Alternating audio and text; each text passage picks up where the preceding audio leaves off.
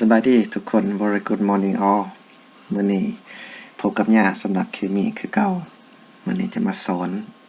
อังกฤษติดปากเป็น EP ที่2เกี่ยวกับคำว่าประหยัดในภาษาอังกฤษเฮาสิว่าแนวใดซึ่งว่าคำศัพท์นี้แม่นถูกขอมาจากน้องๆนักเรียนหลายคนเอามื้อนี้จัดให้แล้วเด้อซึ่งว่าคำว่าประหยัดในภาษาอังกฤษก็มีหลายคำศัพท์ซึ่งว่าจะเป็นลักษณะแง่บวกและแง่ลบมื้อนี้แอดมินสังรวมเอา3หรือว่า4คำศัพท์นี้มาให้น้องๆและผู้สนใจได้เรียนมาเบิ่งกันเลยคำศัพท์ที่1คำศัพท์ที่1อ่านว่า thrifty thrifty ตัวนี้เป็นคำว่าประหยัดในภาษาลาวหั่นเนาะซึ่งว่าการประหยัดนี้แม้นมีในลักษณะที่เป็นทางบวกเนาะทางบวกก็คือว่าประหยัดแบบมีเป้าหมายรู้จัก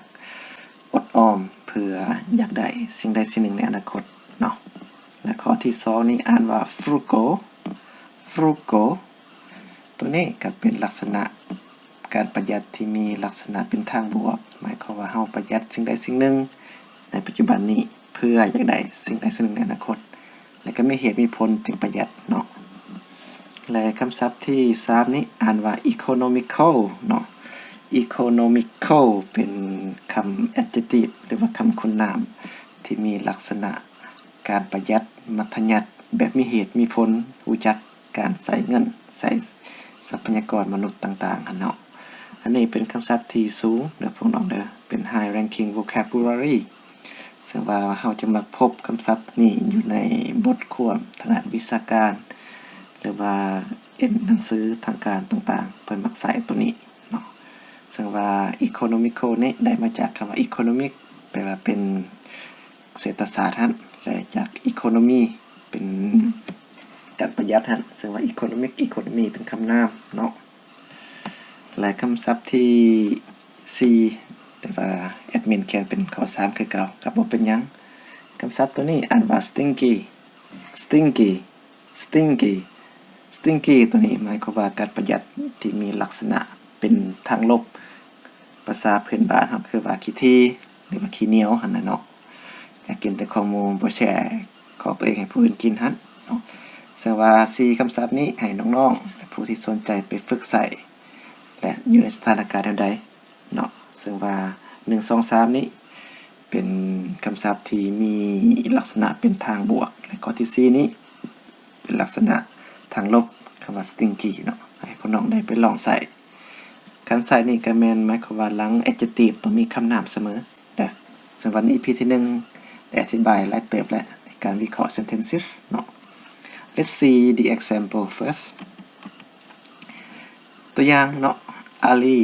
is frugal with her money หรือว่า Ali is thrifty with her money because she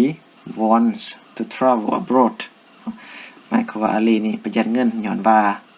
เราต้องการที่จะไปเที่ยวต่างประเทศเนาะซึ่งว่าประโยคนี้เป็นประโยค compound sentences เนื่องจากว่ามี because มาลิงก์ระหว่าง2ประโยคเนาะและ example number 2 Tim is very stingy and never share food with friends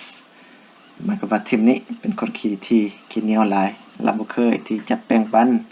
อาหารให้กับหมู่เลยเนาะ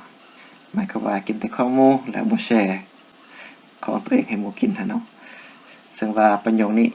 4คำศัพท์นี้ให้พวกน้องไปเรียนใส่เรียน3ประโยคเด้อและก็มาคอมเมนต์อยู่ในวิดีโอของครูเลยและครูสิมากวดให้เบิ่งเด้อไปฝึกใส่เนาะฝึกใส่ฝึกเรียนเพื่อเป็นประโยชน์